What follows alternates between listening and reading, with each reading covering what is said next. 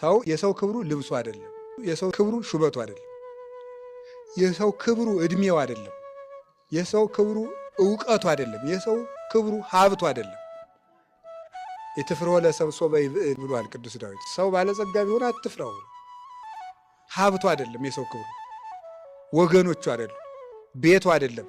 የሰው ክብሩ እግዚአብሔር ነው። ምክንያቱም ኤልዛቤልን መንግስቷ አላስከበራትም። አስከብሯታል።